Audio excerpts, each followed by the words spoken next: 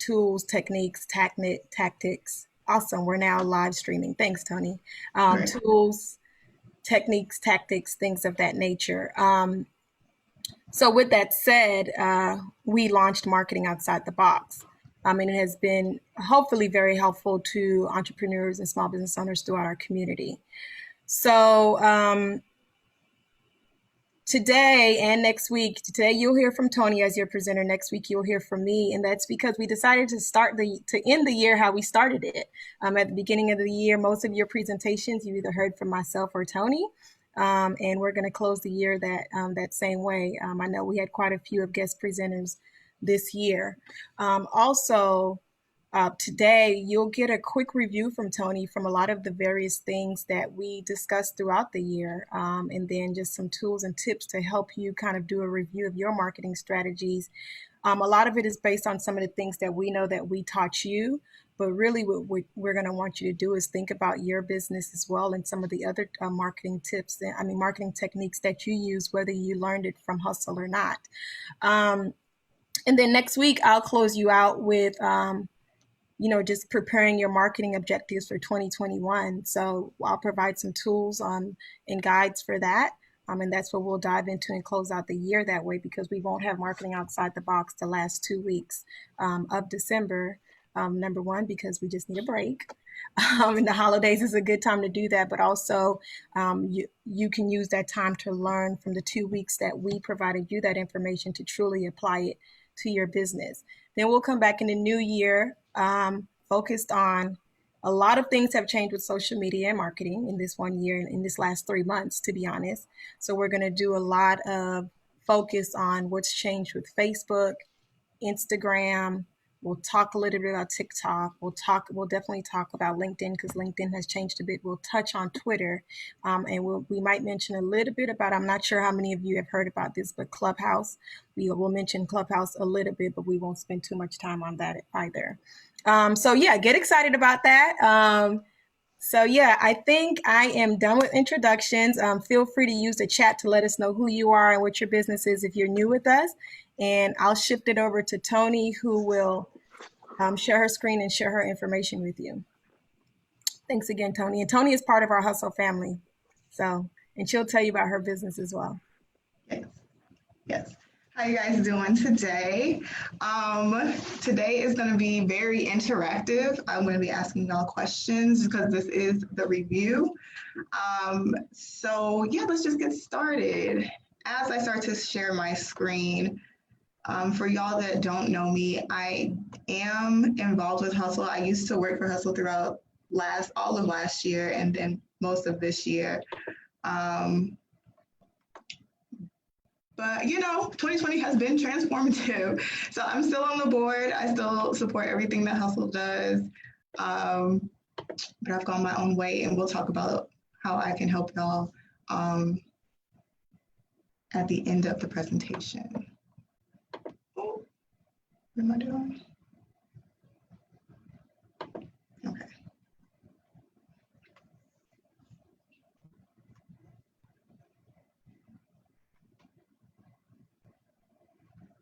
Oh no. You're good. We can see your screen. Okay. Let me go back. This is not the beginning.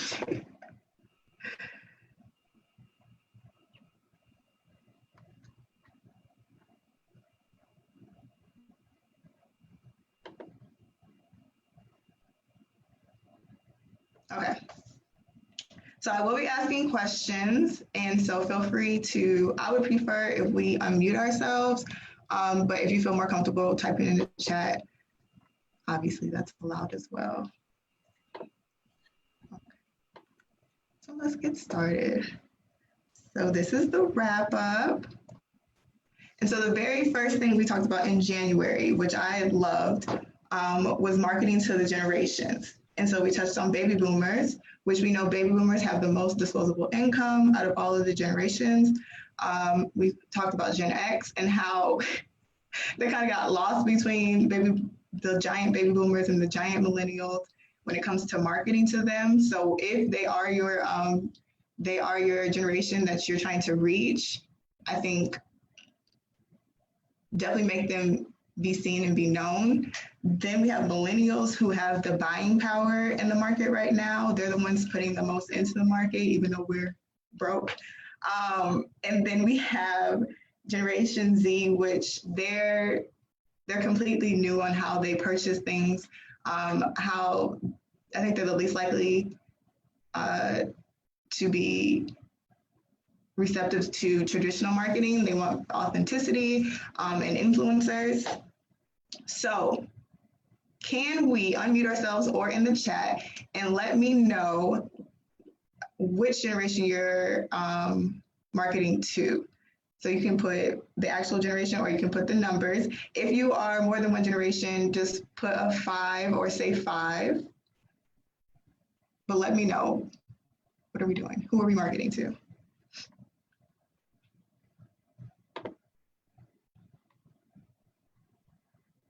Mary's all 5. Mary, what is your business? I'm interested. 5. Hi, can you hear me? Let's see. Can you hear me? Yes. Can you hear Okay. us? Yes. Yeah. I had some difficulty before with Zoom sound, but we're a game store, so we do card games. People sit before COVID face to face and played like Pokemon, Yu-Gi-Oh, Magic the Gathering, board games, esports. So all those generations we're interested in marketing to, because we want them to come in and have a good experience and then, you know, spend their money with us also. Great, yes. And do you switch up your marketing for each? No, I just send out through Facebook and through Instagram, Twitter, and Tumblr. Okay. But that's why I wanted to join, because I thought the topic sounded really interesting, and I wanted to find out what else could I be doing. So thanks for letting me listen in. Of course. Mona, I'd love to expand on your answer. You put more than one generation, but then you also put millennials. Can we expand on that? Yeah, it really depends. I have services and products that are appeal to different generations for the interior architecture. And it was interesting. You said the baby boomers have the most disposable income. It depends on who you talk to. Oh, yes. But there are some that, you know, can afford the services. And then for my products, it's more millennials, because I have more of the nature and wellness focus, which millennials really are into. And everybody's into their health, but millennials is kind of like, this is a given. It's a no-brainer. Yes. So that's why I said more than one. Yes. And we did speak on that with millennials in our January presentation. So if you guys need that, don't hesitate to reach out to Hustle. We should have those presentations still available, okay? Great. So moving on, thank you for everybody that cooperated with this one. We're moving on to, okay, so in February, we fell in love with our business again.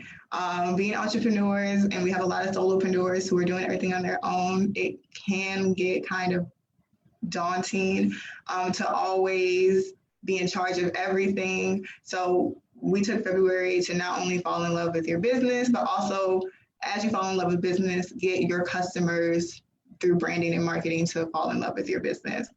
So with this year being what this year was, can anybody tell me, what do they love, absolutely love about their business?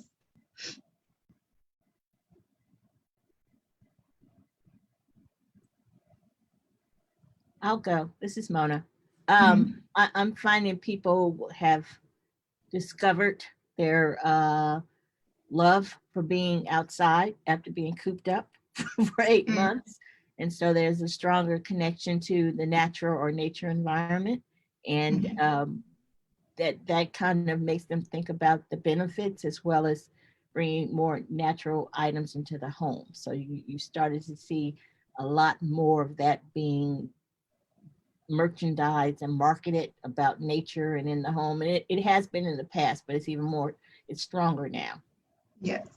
Yes. And that kind of answered the second part of the question, was how 2020 has deepened that love.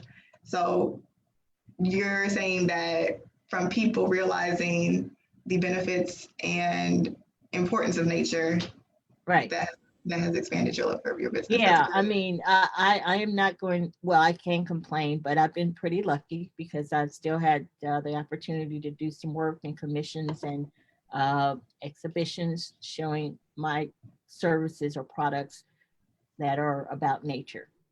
And I'm getting some great response. So I'm looking forward to 2021 when people can actually go outside and circulate and then get a better understanding of how nature benefits them.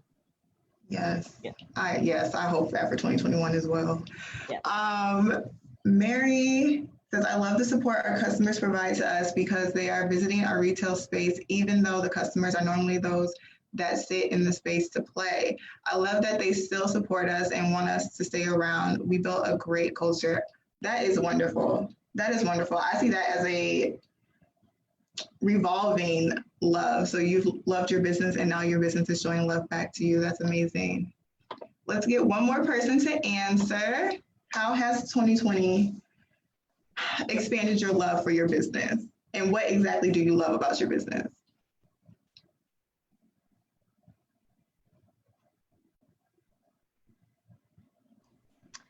Hello, everyone. I'm Marianne, and I'm a coach. And I'm a new coach. I'm a new business owner. And what I've been loving about 2020, as far as my business, is developing it. Having the time to really dive in and look at, even though it's been hard. And I appreciate more that I'm able to help individuals know what their life purpose and goals are. Because during this shutdown time, we've been able to take an introspective look at ourselves and just determine where I need to go and where I'm at and where I need to go. Yeah. And I love that that building the boss. Yeah, because that is so necessary. I don't know all about that, but looking at that is just the bosses need to be built. Yes. But anyway, I diverse. No, I will talk about that at the end, but thank you. I appreciate that comment. Alan, I'm sorry. Did we discuss if you were going to be checking the Facebook?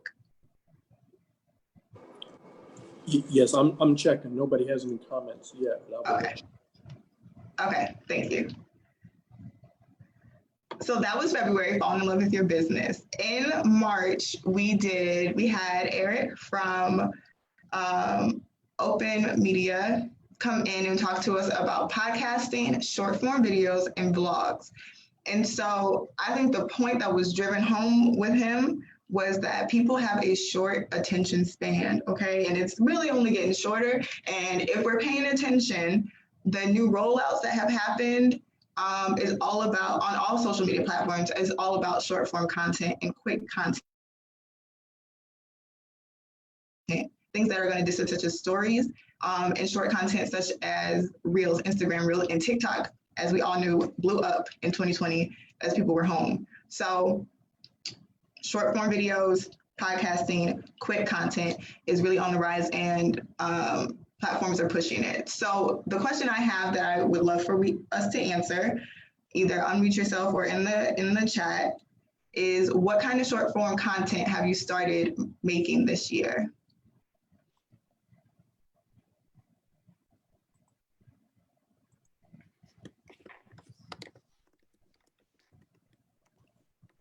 I've started Facebook Lives, 15 to 20 minutes.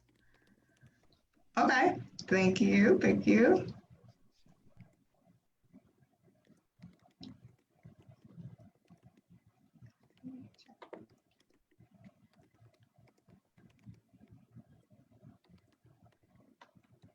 In one of the community college sessions about IG, which is Instagram, I learned about and use Reels. Great, that's great.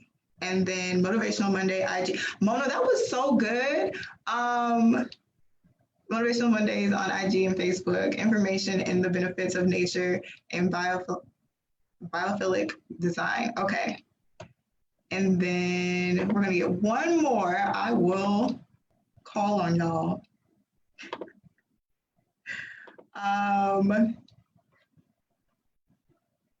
Monica, are you there?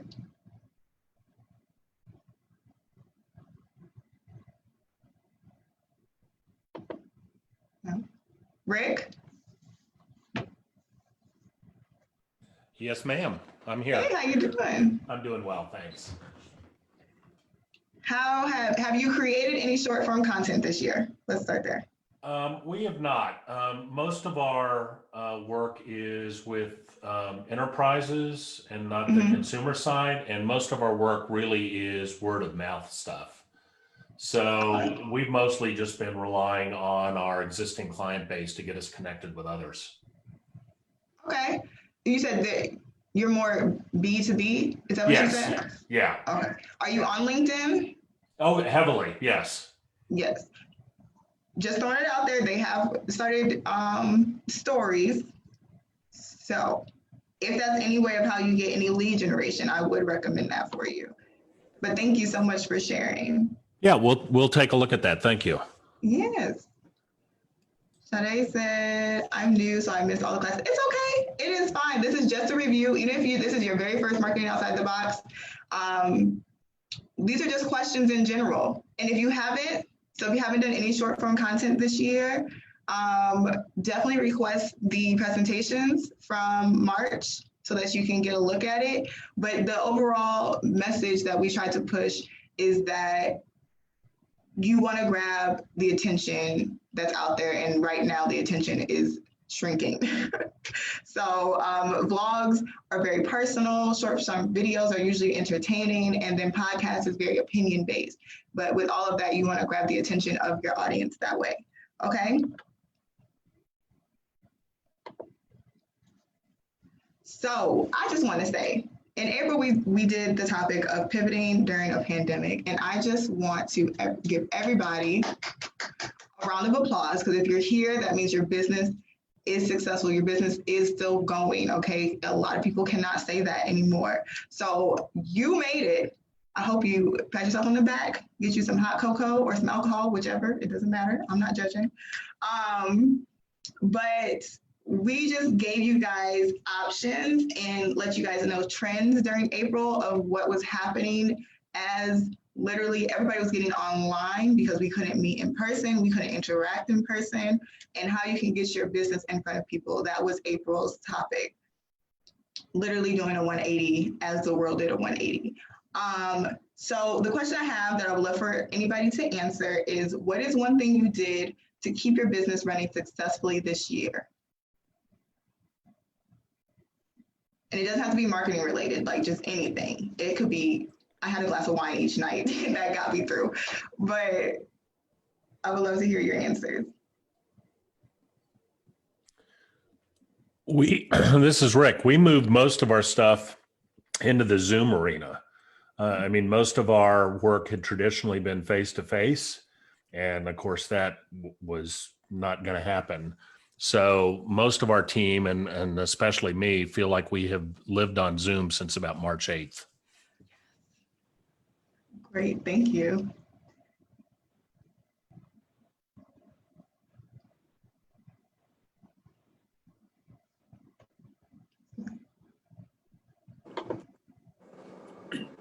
And Toni, this is Alan. I did have a comment in Facebook about the March sessions rather. And the comment is, my short content is on Instagram, trying to move followers to YouTube for the long form. And the business is called Midnight Sun Designs. Nice and the person is Elric Mabry. Okay. So they said they did short form on Instagram. And what was the other one? Facebook? And trying to move people toward YouTube for the Got long you. form. Okay. Depending on what the long form is, just to bounce to that topic real quick, the long form is you could do like literally little snippets to get the interest, and then at the very end of that snippet, be like, see the full video on YouTube. But you have to make sure that this highlight isn't showing all of the important parts of the video, and that they actually are incentivized to go to a whole new platform to look at that video. Mona, during the pandemic, has applied for grants and looked at other design execution options. That's great. And there was a good amount of grants going on. So congratulations, Mona, on that. I made sure to try and have a vendor at event set for each weekend. Okay, I opened up a location this year for pickups, but I am trying to build up my clients for walk-in or shopping appointments. What is your business? I'm curious. And then Mary said, my business kept track of the trends and purchased a small amount of the new products people were interested in to keep us relevant. That's great, and that's very smart. That's very smart. And congratulations to you on that. And what trend, Mary, if you could just expand on one of the trends that you kept track of and was very beneficial for you? My Own Skin Boutique started as an online fashion boutique. Okay, congratulations. Yes, and were you able to get a vendor each weekend? Or an event each weekend? Okay, so the overall point of this slide is really to congratulate you as a small business owner, as an entrepreneur. Congratulations, you did it, and you're still here getting more information and making sure that you're on track with your business, and I just applaud you in that. So for May, we talked about marketing and monetizing on YouTube. Okay, as a photographer, visuals are everything. When you can, always show instead of tell, okay? And even one of the controversies that popped up throughout this pandemic is that YouTube stopped allowing anybody to make captions for videos. I don't know if you guys knew that was a thing, but people can like make captions to your videos if you don't have them. And it was a big deal because apparently a lot of deaf people watch YouTube videos and they need the captions and all of that good stuff. So visuals are everything. It's our very first form of communication, even as a child, everything. Okay, so I would like to know, do you have not an Instagram, do you have a YouTube? And if you do, have you made any upgrades to it? Whether that's just your bio, you put in more keywords, or if you started making different kind of content. What's happening with your business and YouTube? I would love for you guys to tell me.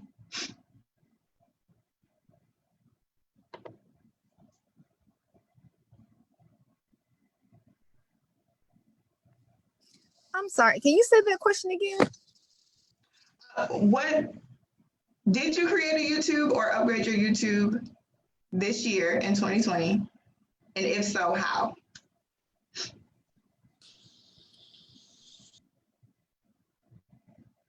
Why'd you unmute? Sade? Oh, my bad, because I don't have a YouTube. You don't have a YouTube? No, I do Instagram. Instagram is my home. Like I do a lot on Instagram. I do have a page on Facebook, but those are the two that I'm really working with. I just set up an account on Pinterest, and I'm trying to figure out how to work Snapchat. Okay, so do you post videos on all those platforms? I post the most on Instagram and Facebook. And they're videos? They're not necessarily videos. They're just like little snippets, showing off the clothes or the inventory that I have coming in, just marketing techniques. Like I'll post them in the story or I'll post them on the page. I do like a quick 3 to maybe 10-second clip and put it with it and then post it. Okay, so one of the things that YouTube rolled out recently is now they don't call them stories, but they're stories. Let's be real, they're stories. So, and it's actually getting a lot of traction because a lot of people aren't hip to it yet.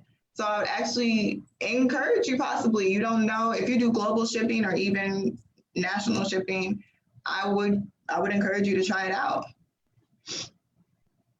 They say it's on the rise. So any new people that can get in, I would encourage. Something like that. I would need somebody to show me how to do that because I do not know how to use it. No problem. Okay. Reach out to Hustle, and actually I'll put my Gmail. What's happening? Can y'all see my screen still? Yeah, we see. It got blurry for some reason. Yeah, it's blurry. Okay. Sorry, I'm typing my email in the chat. I was like, what is happening here? Okay, can we see it now? Okay. Yes, Great. it is great. Great. So the trends Mary picked up on the last one, in the gaming community. Okay, that makes sense. And then we look to, okay, great, yes. Mona said that she used YouTube for research and learning new skills. Will develop content in 2021. Great. I encourage you. And what is that? Shorts, they're called YouTube Shorts. That's the stories part of their business. And I would encourage, if you're looking to gain traction on YouTube, I would highly encourage you to do that. I think it has to be 60 seconds or less, just like other stories. But yeah. Anybody else want to share any YouTube success lessons, any of that?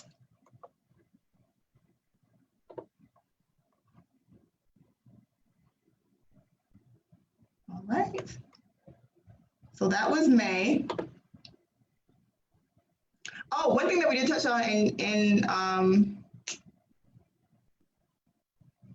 May on YouTube is that you also have the option. I don't think we think about that because YouTube is like you post to it and then with ads you can make money, but also you can use YouTube for marketing just like you would pay for an ad on Facebook or Instagram. You can pay for an ad on YouTube and get views that way. So that's also a point I did want to bring up in this presentation. So in June, we did marketing audits, which I executed. And pretty much what I want you guys to know is that you should always be scheduling checkups with your business, especially with your marketing, and especially if you're putting money into your marketing, such as purchasing ads. You always want to do a marketing audit because if not, you're just wasting money. Because you could be like, oh, this ad went great because I got $300 of sales from it, but then you realize that you put $250 in, you know? So, I mean, that's still a profit, don't get me wrong, but is there something through an audit you could figure out, like actually I only necessarily needs to put in 100 if I was more strategic with my data. So when we're in the planning and strategy phase of building a marketing campaign, set goals, okay? And not just with sales, set goals with your following, set goals with your data. And then you perform an audit to see how successful that campaign was. So also, what metrics did you want to measure? The thing that you want to be asking yourself when you're planning a campaign, and that should be answered in a marketing audit, is what was the purpose of this campaign and have we achieved it? Anybody have any questions on that? This is Alan. I do have a quick question. Mm-hmm. And I can't remember from a few months ago, but are there companies that would perform an audit for people, for business? Yes. Okay. Yes. Okay. Absolutely. And not just marketing. There's companies that'll do like a for employees, for your actual accounts, all types of audits. Yes. Don't ask me though. Don't ask me who. I don't know, but I do know they're out there. So that's it for June. That was very interactive session. Inclusive marketing was July. So are you unintentionally excluding or offending a group of people? And I don't feel like that's a straight out yes or no answer. That's what does my data show? What are people saying when they engage with my content? You have to be very observative with that question, but always be asking yourself that, especially if you're rolling out a new product, a new service, or trying to expand your audience. Are you unintentionally excluding or offending a group of people? But I would love for one of our entrepreneurs, one of our hustlers, to tell us one way you've become more inclusive with your marketing this year.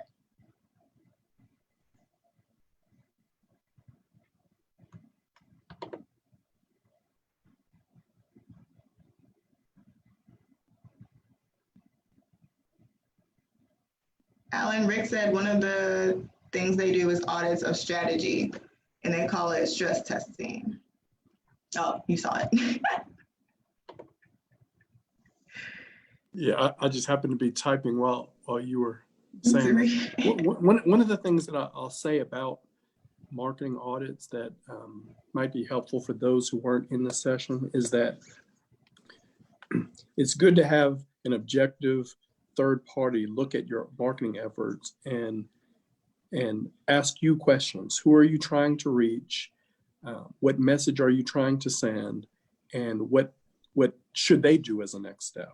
Or what are you inviting them to do as the next step? So I really enjoyed when we did the marketing audits. And if I remember correctly, Toni, each week there was a different business that volunteered for you to look at their different social media or platforms as well as their website and give them feedback. And in all cases, they were appreciative of the feedback and they probably made adjustments based on your feedback.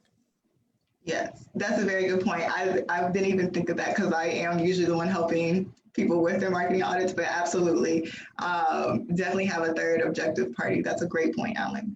Yeah. Yeah, and everybody loves them. Yeah, each week we had a different business, and everybody did love them. Yeah. So to answer your question about inclusive marketing, one of the things that we're doing more of at the Small Business Center, and we'll have to continue to do more of, is asking different groups of people what their thoughts are of what we're doing.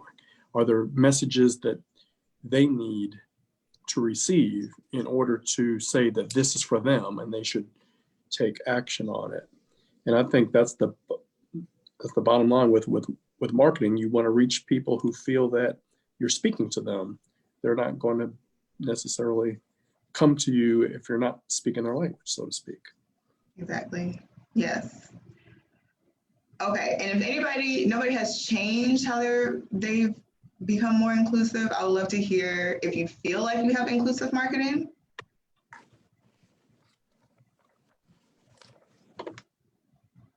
Well, one of the ways that we're going to change is have more people in the conversation.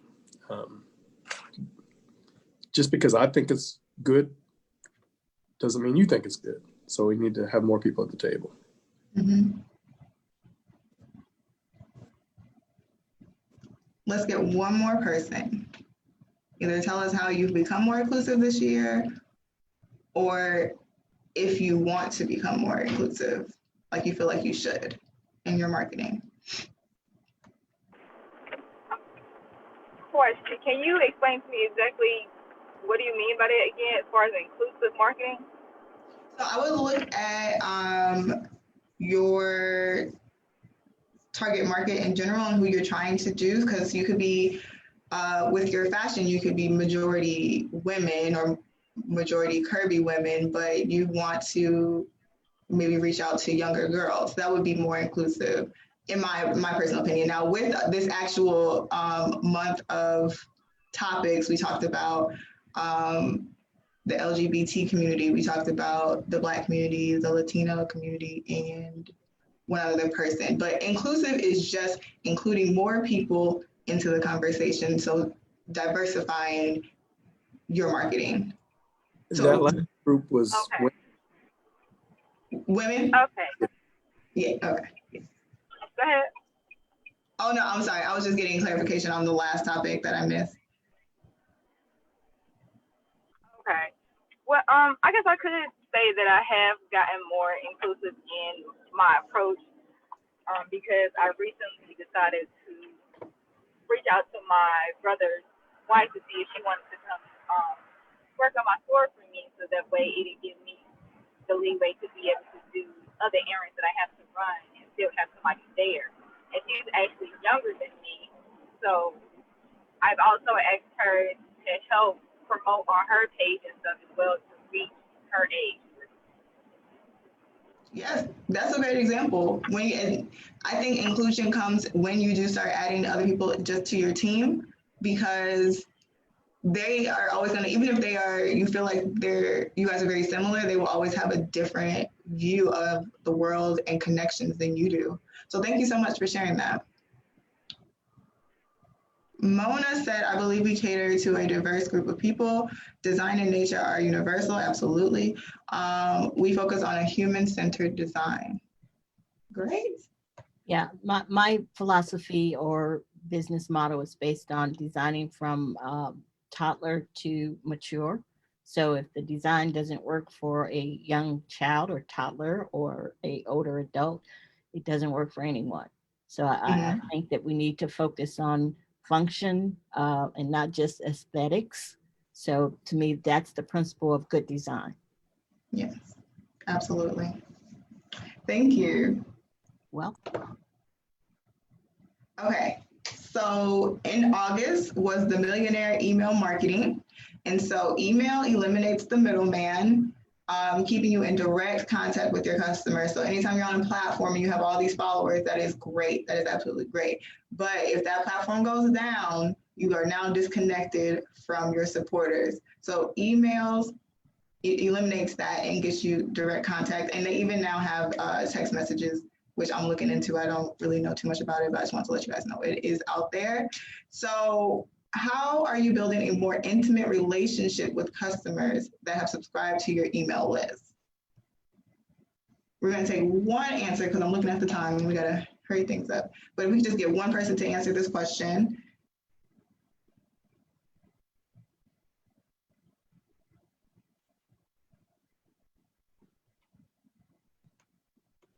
Okay, I don't know if this helps or is right or not, but my website, I use Shopify. So I'm able to send emails out through Shopify, but I can actually schedule my emails to go out on a certain day at a certain time. Is that what you said? All right, so are you consistent with that? Is it like every Monday you're putting out an email, or? I'm trying to get more consistent. I really just got the feature and learning how to work it. So I am trying to get to the point to where something goes out on a weekly basis, to either let them know about new arrivals, to just to update them on what we have, or either like any sales that I happen to do for the week. Because I was trying to get something like how you see bars or restaurants do, where they may have something different every day of the week. I thought about doing that as well, and just sending it out once a week, letting them know what day of the week and what special is on that day. Okay, and I think the main this was also presented by a guest presenter, but the main takeaway that I took was that when people subscribe to your email list, you want them to feel special. So maybe have like some exclusive content on there, talk in a more intimate way that you're like actually like talking to a friend, or you know what I'm saying? Because they've actually took the time to subscribe to your email list instead of like just hitting the follow button on a social platform. Right. And with the templates, we do have the option to edit. So I do go in and tweak them to something that sounds like me. Great. Yes, then that's absolutely perfect. And congratulations on that. Thank you. Yes. Okay, so September, Lord, we had the virtual event marketing playbook. Did anybody host a virtual event?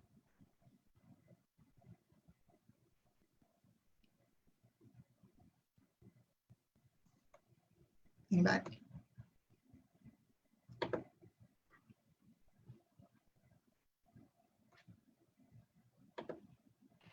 I didn't. You did? I did not. Oh, you did not. Okay. Okay. Well, there is even, I mean, I think we all know that things are going to go back to normal that quickly.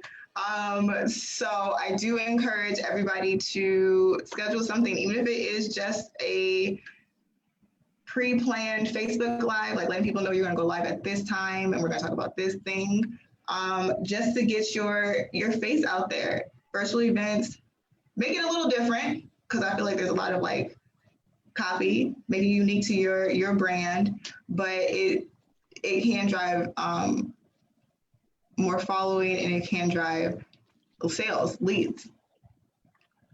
So, rewriting the rules of retail. 2020 has brought new ways of doing things, and this includes the way we look for and purchase from businesses.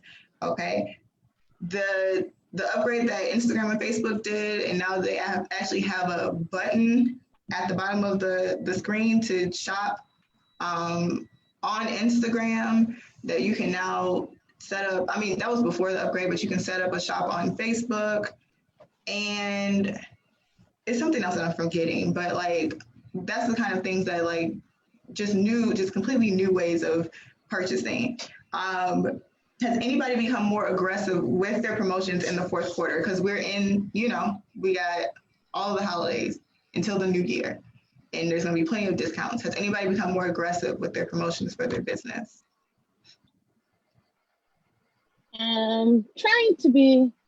It's kind of hard. A lot of my customers don't come on promotions. And how do you get them? How do your customers come to you? They come to me when I'm not having a sale. Hey. So it's kind of weird. We are not mad at it. Well, I mean, is it by word of mouth then? Yeah, it's word of mouth. And then it's through people who haven't had my service either. And I'm like, oh, okay. And I still get customers, but they never had my service. Someone else recommended them to me. And and the person who recommended them to me hadn't had my service either. They just know of my business. So that's a great example, because I think at Hustle we do talk a lot about like online marketing, but even with word of mouth, the way I would get more aggressive with that is to give a discount or keep a record of referrals, and then with that you have a certain discount to it. So Sade says, I have to make sure I post in the mornings when I wake up around 7 a.m. and at night around 10 p.m. So they show all day in the feeds. Strategy, I like that. And are you doing holiday promotions?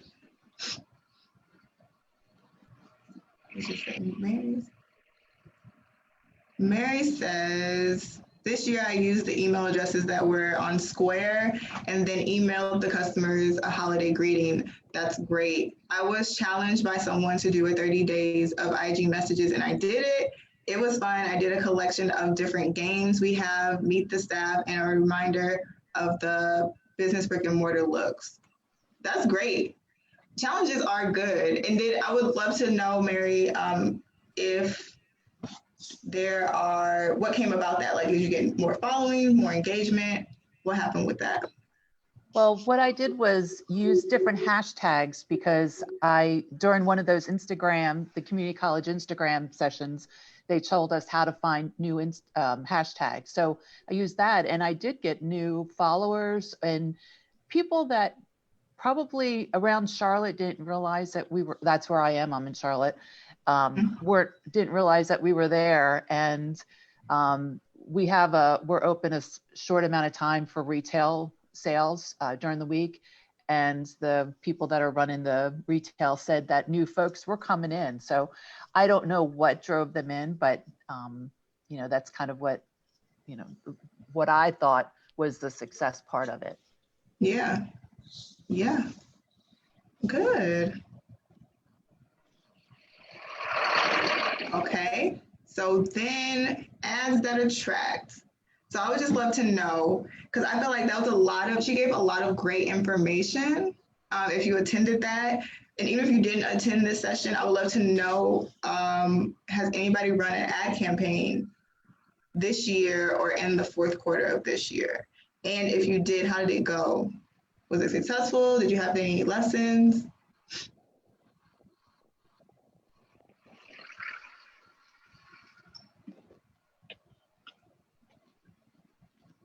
And feel free, you can just say yes or no in the chat.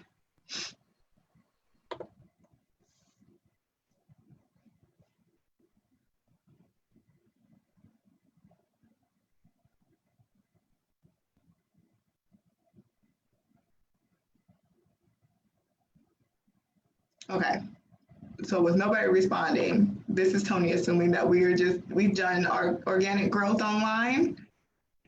Is that what I'm hearing? Marianne? No. Okay, who said that? Who said no? Sharice.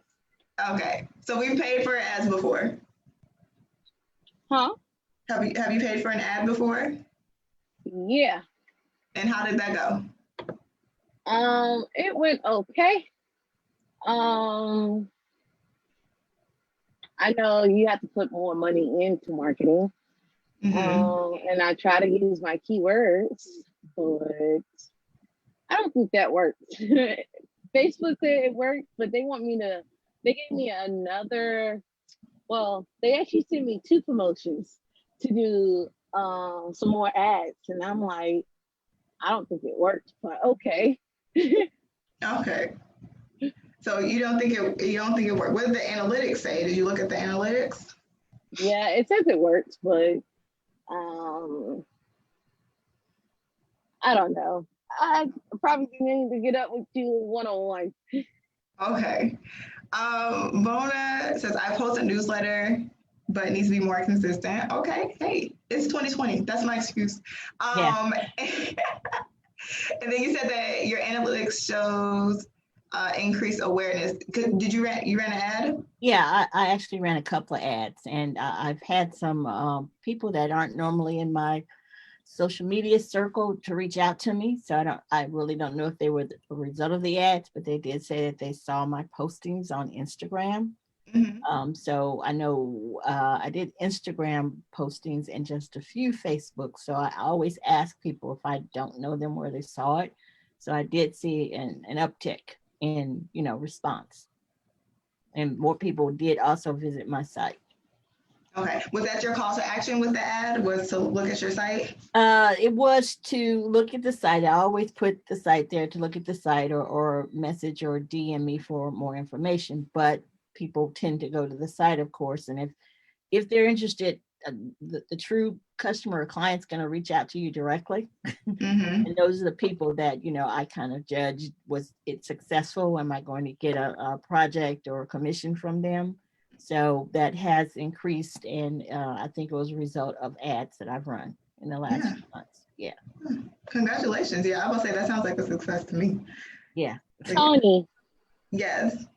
So my numbers of people visiting my page has increased, but for some reason, most people forget to book on my page. Even though I advertise to go through my website to book me, they skip right over that step.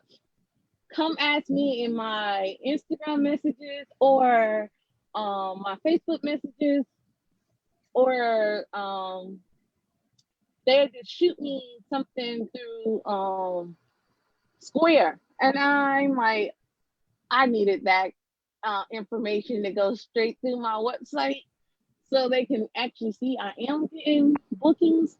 But yeah, it's kind of crazy, but I'm getting customers. I recommend that you would not keeping a record of it. Yeah, I would recommend that you set up an automated message that would, even if they message you, you would send them to your website. But we can talk about that later. But yeah, I would recommend that. So I have some questions that y'all can answer. Hold on. Shadi said, I do paid advertising and I am building a Facebook group for people to give feedback. Pinterest is great to drive traffic to websites because all posts you set the link to go directly there. Yes, yes, it is. Pinterest is great. Pinterest is another search engine next to Google and YouTube. Thank you, Shadi. So I'm just going to run through these questions really quick because I want to explain building the boss, and then if you guys have any questions. But this is something that Hustle's going to send out, the presentation that Hustle's going to send out, and I want you guys to legit sit down and ask yourself these questions, okay? So when we're looking at our 2020 marketing and business in general, what areas of your business have you focused on growing this year? What was success in this year's marketing? Okay, we don't do failures over here. So what were some learning moments from your 2020 marketing? What social media posts got the most engagement?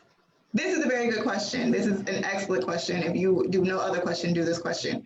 What social media posts got the most engagement? How does it differ from the rest of your posts? Okay, because sometimes what entrepreneurs do is they'll see that was a good post, and then they'll either ignore it or try to like directly replicate it. And it's just take the basis of what that post was and then expand and do something different with it. But analyze that. The ones that get engagement, you always want to analyze what was different than the others. Next, I want you to describe your brand. Try to do it in a few words or a few sentences. And then look at your marketing from the year. Did your marketing tell your brand message? If it didn't, there's a disconnect with that, okay? What life lesson have you learned this year, and can you apply it to your business? Okay, because that's one thing I love about solopreneurs, the people that are doing it on themselves. You can take learning lessons, like everything is connected at this point. There isn't really no disconnect between you and your business. So the life lessons that you learn as a whole can be applied to your business. What positive increase has happened in your business? So these are questions I want you to sit down, write them out, put them in a little notebook. Magley's going to be talking about 2021 next week. So then you have something to go off of. So that's it. Does anybody have any questions before I introduce myself and my business? No, but by chance, would these questions be posted somewhere just in case I forget? Yes, we'll send it in an email because you registered, so we have your email, and we'll be sending it out. Okay. Okay. So my name is Toni Barnes. Oh wait, we got a chat. My Meet the Staff got the biggest engagement. Yes, because people want to know, like, people are nosy. Like, people want to know who's behind the business and the company culture, especially when we go back to January, when you talk about generations, when you get into millennials and Gen Z, like, we want to know that this business is authentic and they're not just trying to pander us. So I'm not surprised at all. And I would encourage you to keep on putting people in your posts, especially with gamers. I think gamers like to be social because they aren't social. This is just me assuming, but yeah. So I have a business. I'm a freelance photographer, and then I have a business development and strategy business called Building the Boss. And I named it Building the Boss because just from 2018 on up, I had to redefine and redevelop myself. And as I did that, I was able to progress my businesses and give even better business advice. And so I just took from that, it starts with you. It starts with the boss. Then you can build your business, and then you can build your brand. And that's pretty much what Building the Boss is all about. We are starting growth groups, which is just a group setting where we do accountability, we do lessons, and we do networking. for the people that are in the groups. And then I also offer private sessions. And that's pretty much it. I love talking to entrepreneurs. Let me stop sharing. Talking to entrepreneurs, solopreneurs. I have 2 business degrees and a fashion merchandising degree, and I've been giving advice to hustlers since 2019. So all this is just my area of expertise. And if you guys need any help with anything, I did drop my email in the chat. It's buildingtheboss@gmail.com. I also am on Facebook and Instagram, and I'm here. I'm trying to get better. I give advice about people's social media, and then my social media needs work, but it's all right. We're gonna get it together. But yeah, it's 1:30. If anybody has any questions, let me know. You will be getting the presentation. I did specifically leave all the questions in there for you guys to do that. And then we also have last year's year review. We're going to attach that to the email as well. And that just has even more questions, because when you don't reflect on your business, I just feel like you can't really grow truly. All right. Great stuff. And your new business sounds exciting. Thank you. Yes. Well, you already know. I already knew about building the boss. Yes, I do. Thank you. Thank you. But I'll be reaching out to you soon. Yes, indeed. Thank you. Absolutely. Thank all of you for joining us. And Toni did Yes. a great job leading our conversation. Beth, thank you so much for your participation with answering the questions and making this as interactive as possible. I appreciate all of that. Mary said thank you to the college for offering these virtual sessions and for the speaker. Oh, for sharing. Of course, of course. You know, this session was really a reminder of how much we covered during this year. Yeah. And I think the first month that you mentioned was it March? Is that the first month? No. First Did you go all the way back to January? I went all the way back to January. Okay. Yeah, it was kind of interesting going back and seeing, like, right before the pandemic hit, we talked about short form videos, and then TikTok took off. Then we did pivoting for the pandemic and gave a great advice for that. It was kind of like we were like one step ahead with a lot of things that happened. Very well said. Yeah, I love marketing outside the box. It's amazing. I'm glad I could host it. Yes, Toni, thank you so much. It's good to see you again, and Yeah. I'm glad about your business, and I will email you. Good, yes. I was gonna reach out to you too, Mary, to make sure everything's good with you. Y'all, how do I stop? Okay, I'm stopping.